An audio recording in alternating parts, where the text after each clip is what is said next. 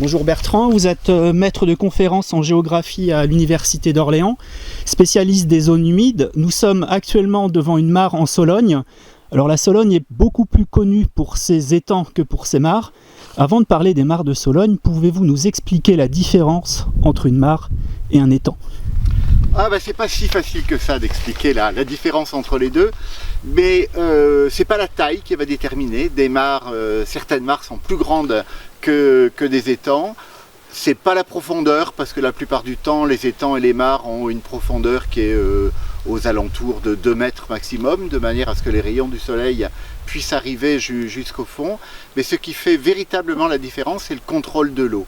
Qui dit étang, d'abord dit une construction humaine, et dans un étang, il y a des digues et il y a un système de bonde qui permet régulièrement, pour les pêches d'étang en particulier, de vider toutes les eaux. Tandis qu'à l'inverse, une mare, la mare est moins souvent reliée au réseau hydrographique, c'est une eau moins courante, plus stagnante, moins renouvelée, et surtout il n'y a aucun système de contrôle des eaux.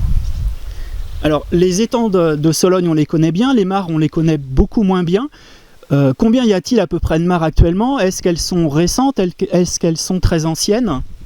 Alors là, pour le nombre de mares en Sologne, vous me posez vraiment une colle, je ne peux pas vous dire exactement. Par contre, pour l'histoire, oui, on a des traces historiques qui montrent que les mares sont souvent bien plus anciennes que les étangs, et d'une manière un peu étonnante, ces mares, elles ont été souvent même plus continues dans le temps. On a des traces, il y a de très nombreuses archives qui montrent que des mares qui existaient au 10e, 11e et beaucoup de traces écrites à partir du 13e, 14e siècle montrent que des mares qui étaient sur les plans terriers, dans les dénombrements des propriétés, après sur le cadastre napoléonien, sur les différents textes, montrent que ces mares, finalement, elles ont traversé pratiquement 1000 ans d'histoire paysagère, et qu'elles sont ainsi beaucoup plus pérennes, beaucoup plus durables et finalement beaucoup plus présentes dans les paysages que beaucoup d'étangs. Alors on ne connaît pas leur nom, mais leur rôle, on le connaît bien. Ah, leur rôle, oui, on le connaît bien. Alors la mare, c'est l'eau du pauvre en Sologne et d'une manière générale dans les campagnes françaises.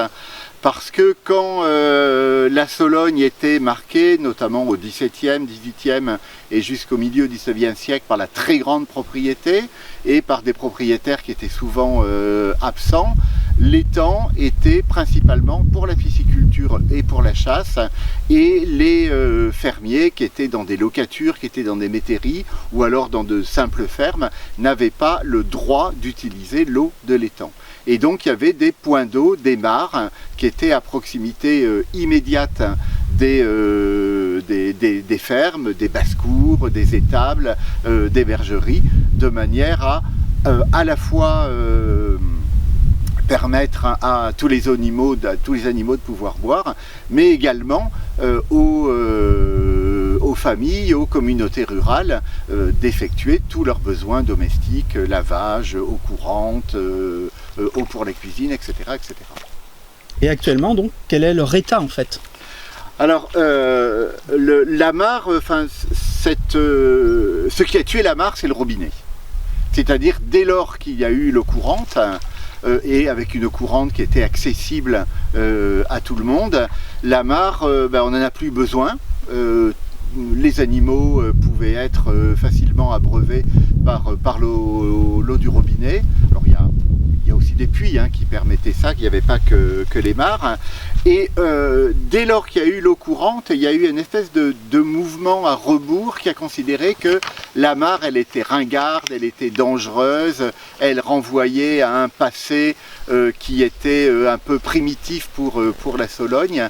Et il y a notamment des années 50 au milieu des années 70, début des années 80, là les mares elles morflent beaucoup et on voit une très très grande disparition des mares.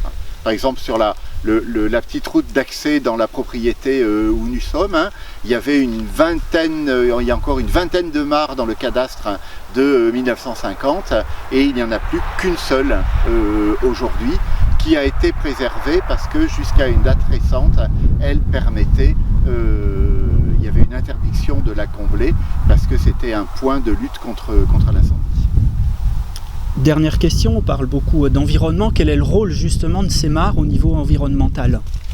Alors ces mares sont extrêmement importantes au point de vue de la biodiversité, notamment en Sologne où on a la chance d'être dans des milieux qui sont très peu agricoles et donc il y a très peu de produits phytosanitaires où l'eau des nappes est très peu polluée et ce sont de véritables réservoirs de biodiversité.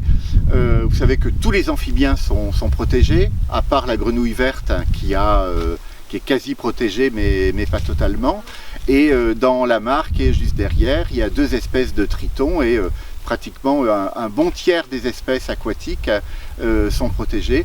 Beaucoup d'espèces aussi pionnières végétales, comme l'utriculaire vulgaire, comme certaines petites renoncules d'eau. Enfin voilà, et ce qui est formidable dans les mares, c'est que c'est une biodiversité à portée de la main. C'est-à-dire que même si vous êtes dans un petit coin, dans une